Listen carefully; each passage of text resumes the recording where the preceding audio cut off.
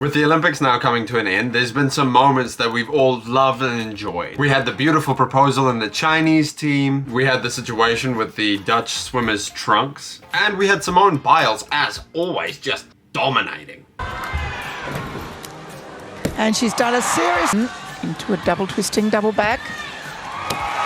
And given there are some really cool sports in the Olympics now, like snowboarding, switch,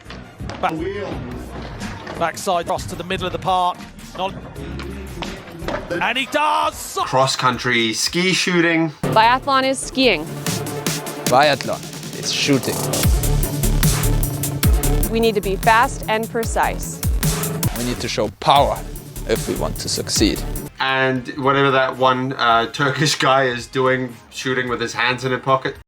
None of us are going to see the issue there. Regardless, sometimes these events can be a little boring. I've always felt like it's missing something, and I've got an idea how to get some love back into the sport. Some new events to really get the eyes back on the Olympics. Let's start with what's everyone's favorites anyway, the athletics. Now, we have the 100 meter, the 200 meter, and even the 400 meter race. Cool as they are, there's no real stakes involved. You know, nothing to really get the blood pumping. Cool, yeah, there's a medal on the line, but there's nothing that really ups the edge, really gets the blood pumping. My suggestion, cheese rolling. Hear me out.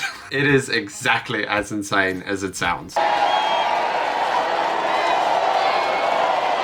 Every year, grown adults, mostly men, come together on this hill in a village in England.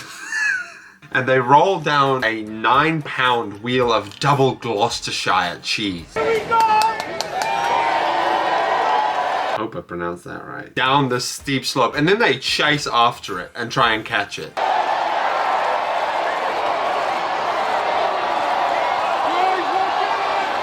So of course the winner is the person that catches it. This is not a flat, smooth hill, by the way. No one's gone through and filled up all the holes or taken out the rocks and stuff. No, this is a battleground. People break their legs, they're sprained. Of course I start with breaking the legs, but you know, people have sprains, they break wrists and legs. It's horrendous. People just fall straight over forward going down this hill. There is no health and safety. It's gotten so bad that the official organizers have just pulled out. Like, there's no official organizers anymore because people get so hurt, but it still goes on every year. So I feel that would be the perfect candidate to get the athletics, you know, a bit more spruced up. Now, sticking to athletics, but kind of moving into equestrian as well, man versus horse marathon. Insane to even say. It's a 22-mile race or marathon, which is, I think, 4 miles shorter than a normal marathon. It's exactly what it sounds like. It's a man against horse race, a mixture of road, boggy marshes, trails, and mountainous terrain.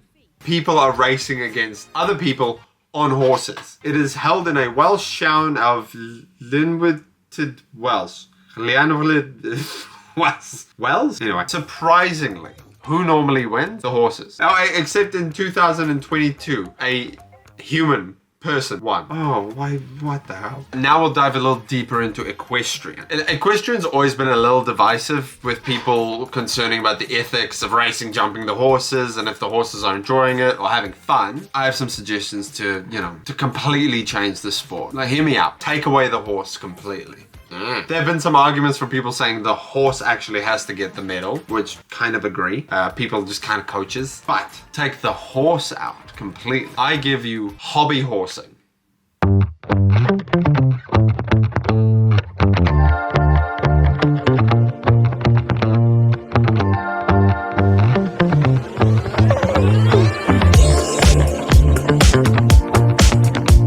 You know, hobby horses, those things you used to ride around with as a child, the wooden stick with a horse head. It's a competitive sport, especially in Finland. Hobby horsing is in fact a sport with fixed rules and even various disciplines such as show jumping and dressage. The Hobby Horse Championship, held annually in Finland, attracts some 300 participants from as many as 17 countries, making it the biggest event of its kind in the world. In the 2000s, it just shot up in popularity and it became a very popular international sport there now.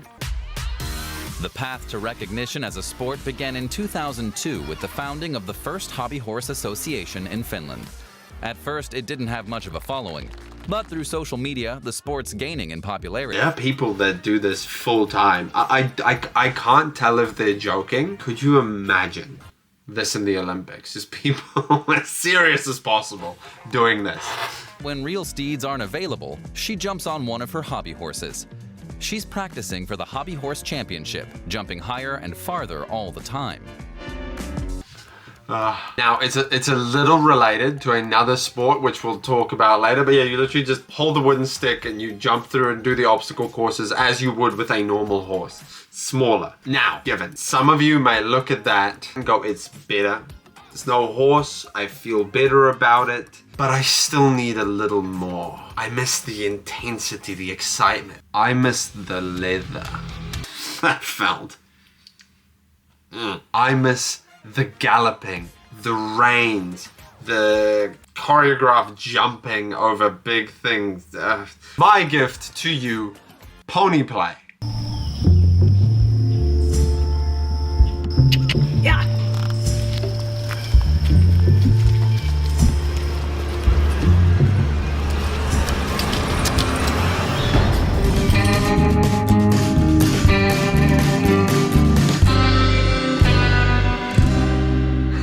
Ponies on the Delta pony play event. Welcome to pony play. Ready, set, go! Yeah.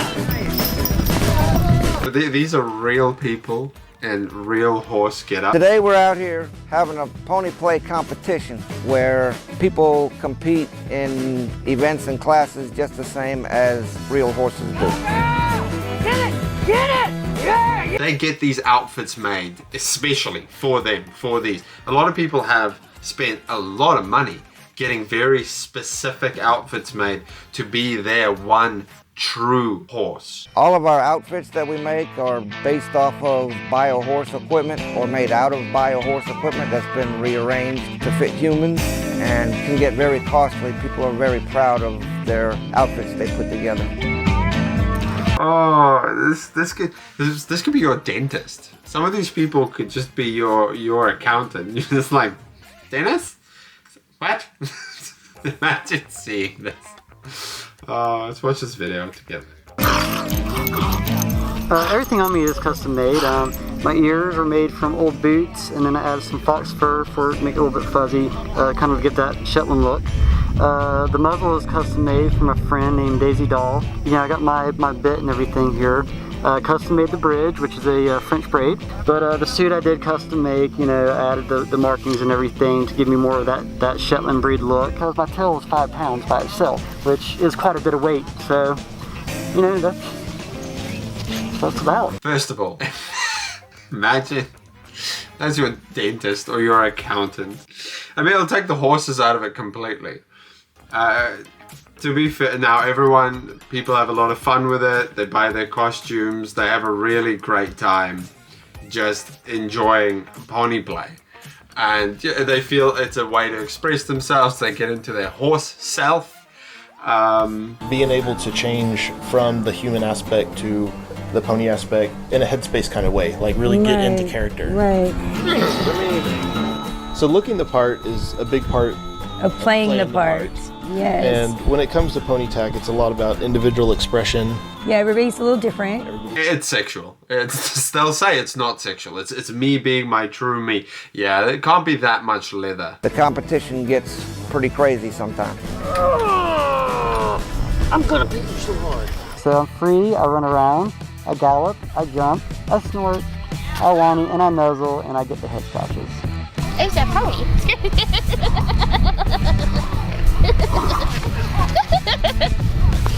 That will always be my favorite part. I love you. You're my favorite toy. Okay, quick trot, quick trot. Good party. Oh, that's a good pony. Yes. Pony play is a form of costumed role play. You become an animal mentally and act accordingly. Okay, Doctor. A lot of the articles, it's so sexual. Let's move on to combat-related sports. Yes, in the Olympics we have karate, judo, even fencing. But fuck that. I give you chess boxing. Inspired by a comic, chess boxing was never meant to be just a sport. Chess boxing is a philosophy, not in the sense of life, in the sense of survival. It sounds like a sport made by Andrew Tate and his brother just to bully nerds. To participate in the sport, the opponents must be skilled in both chess and boxing. Kinda a given. You have to be smart and athletic. There are alternating rounds of the two. In one, the body does the work while the brain goes into recharge mode. Because yeah, when someone's swinging at you, yeah, you're definitely not thinking, right? Conversely, the body then takes a breather while the brain practices its most cunning schemes. So you're gonna get the shit hit out of you and then have to play chess against someone. A match consists of 11 rounds, 6 rounds of chess, alternate with 5 rounds of boxing, each round lasting 3 minutes. Each fighter has only 9 minutes on the chess timer. You win by checkmate or knockout, whichever comes first. It's a sport people do. And I think it should be in the Olympics. Then we have shin kicking. You know that thing you hated at school when someone kicked you in the shins? Yeah, let's make that a sport.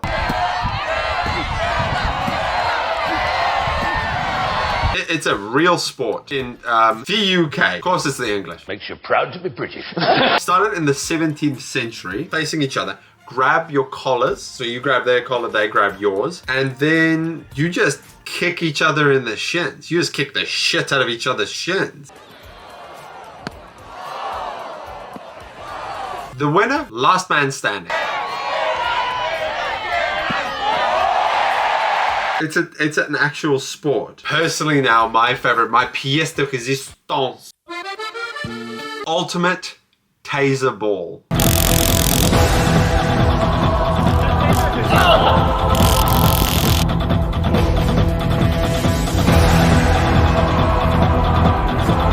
I know.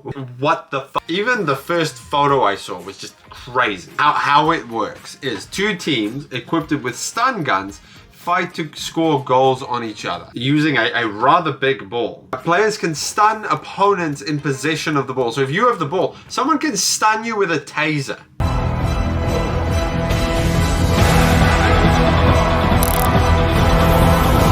A localized muscular spasm can be brought on by the device 3 to 5 milliamp current. I mean, it hurts, man. It doesn't feel good. No shit, that's gonna hurt. No permanent harm to the body's vital organs is done. How many tests have we done on this? Are we sure it's considered relatively safe as any contact sport would be? Still, players must have someone on site to provide medical attention in case of an accident.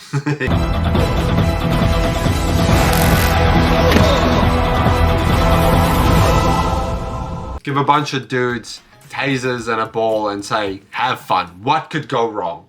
If you scared, don't play.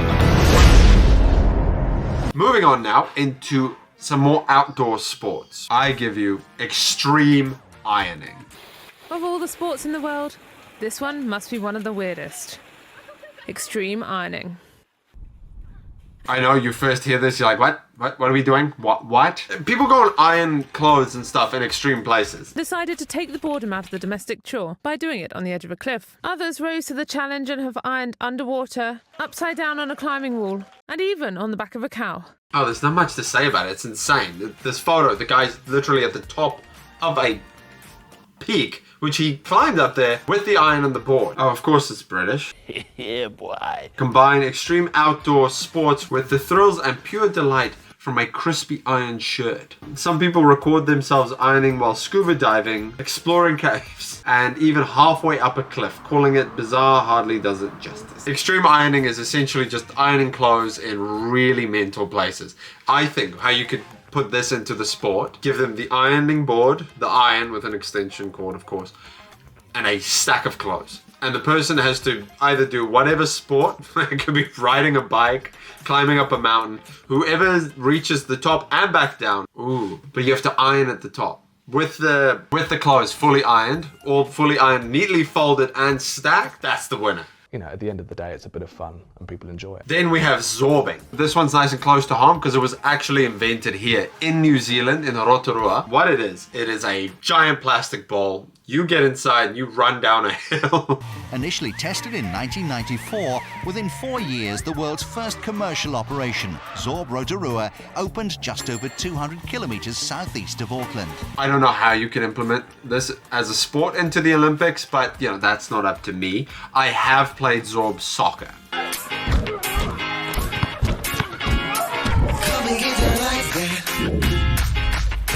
It is insane. It is chaos. Because essentially it's like, kind of almost like rugby rules, because you just plow into each other. That's a visual. Just playing soccer as normal, but you full on run at each other and you can just go flying. Because these things they're so bouncy. You can, funny enough, this leads into aquatics a little bit, do it on water. It does get a little hot and a little claustrophobic, but fine. Come on. This over normal soccer, surely. So much more entertaining. So rolling down a hill inside a giant transparent plastic orb. That's basically it. So it's often done on a mild slope, but it can also be done on a flat surface, which gets you better control over the ball. Yeah, like I said. But also, I think with soccer, best. You can zorb on water too, although it might get a little claustrophobic and hot in there. Yeah, well, you are enclosed in a ball with your breath. So, maybe not long games, but games. Now that leads us straight into water sports. Zorbing can also be one of these, of course. Just have to do it on the water. And hopefully your bubble doesn't pop and you know, can't get out and drown. Maybe you shouldn't do it in the water. Now, don't get me wrong. Synchronized swimming is spectacular. It's beautiful. A monument to choreographed excellence.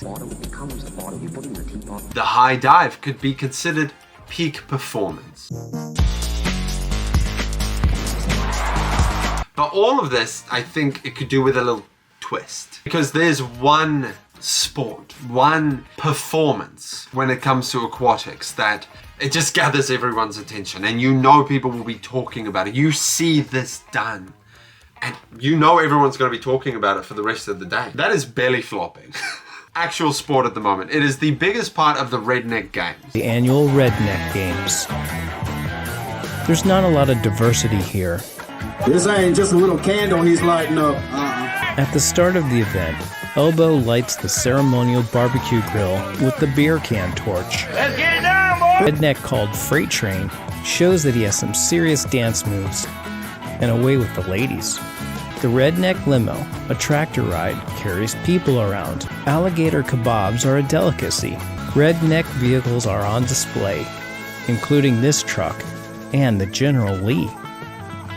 Oh, the Belly Flop World Championship, sponsored by Red Bull as well. Oh, so they do it from high up as well. Do I want to watch this video? Where can you? Oh, that's so high. I can promise you, this will be one event no one will miss. If it's on TV, I'm watching. Why is there no photo of anyone after? Honestly though, the best version of this, I think, is in the Redneck Games, where they do it into a mud pit. Because, why not? That's a man using a fire truck to fill a giant backhoe dug pit. Competitors simply leap into the air to see who can achieve the best mud pit belly flop. 3, 2, 1!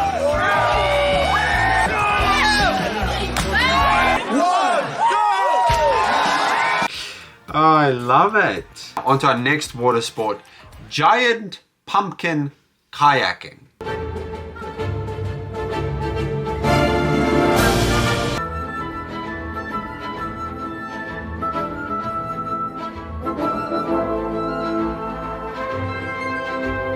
Why would you use things that have been perfected over the years to be as slipstream and aerodynamic as possible, to just glide through water when you could just use food? But now I'm going to be paddling in a pumpkin. Okay, just step in. Yep, step in. I got it. Waddle in. You good? Thank you. Right. Woo! Nature's least aerodynamic vegetable. The sport of paddling inside a giant, hollowed-out pumpkin. The most famous race takes place in Lake Passaiquoddy in Nova Scotia during the Windsor Pumpkin Regatta. Contestants frequently adorn their pumpkins with paint and flags. Yeah, definitely. Mostly practiced around Halloween and only in the warm regions because in winter everything freezes. I think this should be an Olympic sport because I would pay good money to see Lisa Carrington, who's New Zealand's most decorated athlete. She's got more gold than your Argentinian granddad with the German accent has buried in the backyard. You're just some average Joe.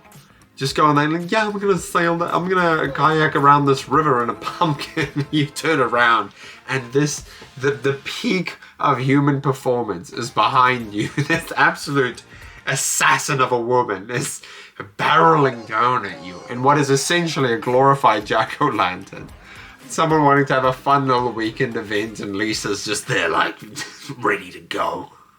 I will eat your soul. Let's start it off in 5, 4, 3, 2, 1, go racer! She is bringing it in for New Zealand, simply unbeatable. Oh, this one's more for us to share. I understand that mostly in the Olympics it's only humans, except for the whole equestrian thing. I get it, animals shouldn't be in the sport. However, dog surfing. It's Michael and Abby, the surfing dog. Looking down a young man saying, wanting was king to be, but it's the night that here on the street. Dog surfing is a type of surfing maneuver involving dogs that are trained to surf on surfboards. I think it's better than that. I honestly, look at these adorable things. How cute. Oh yes, there is. Did you know there's an award-winning dermatologist Shut up. Look how cute. Oh, look at him go. Oh, people are weird. Tell me how you're not watching the Olympics if this is in it. Could you imagine how much the viewership would go up if you put these little puppas on there? Could you imagine Bubbles just shredding the gnar? Oh, this is so cute. I think this is their best bet. I think this is the one that's going to get the viewerships. Now, so some honorable mentions. Toe wrestling.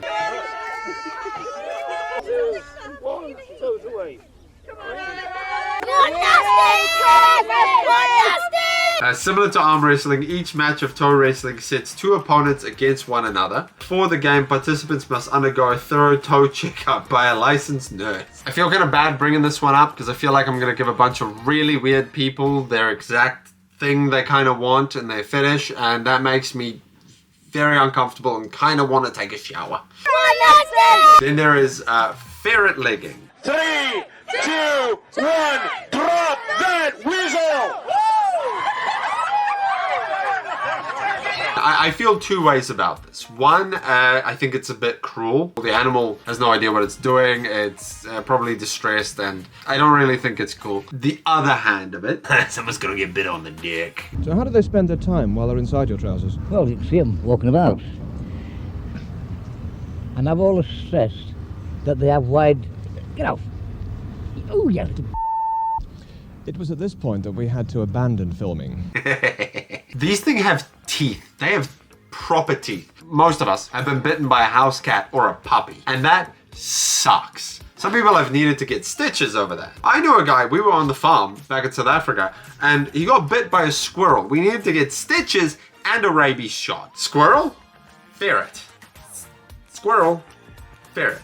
This is such a bad idea. It's all fun and games, but a ferret is a predator. The stupidity just reaches new heights completely. Now, the rules of ferret legging. Competitors tie up at the ankles of their trousers and drop a couple of ferrets in the top end. The brave contestant's belt is then pulled tight and he proceeds to stand there in front of the judges as long as he can, while animals with claws like hypodermic needles and teeth like number 16 carpet tacks try their damnness to get out. Oh.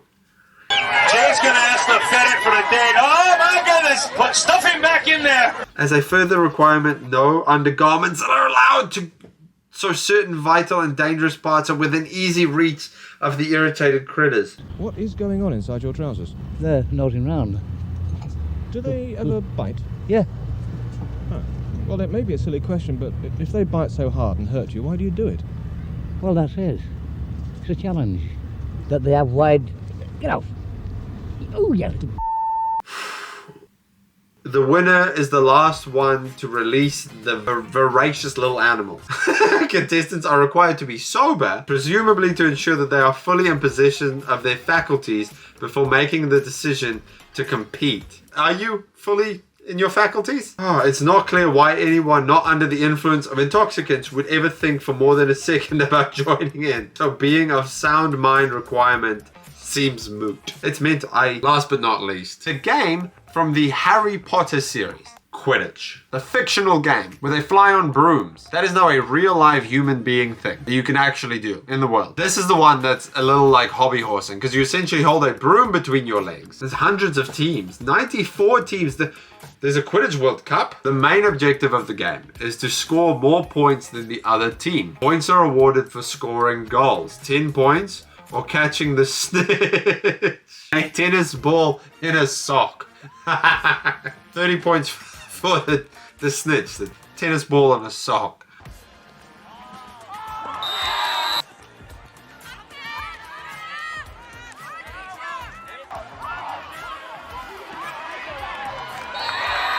I love how they did the snitch. So they usually use one arm to hold the broom. This greatly increases the difficulty of the game. Yeah, that and you look like a knobhead. Anyway, those are some of the sports I think should be in the Olympics. There have been some other very weird ones. People are odd and they are weird sports. Underwater hockey is already a sport, by the way. It's odd, but I'm going to test the article where I found all of these underneath. I have this video about internet people, so go watch that and I'll make some more soon about other weird things.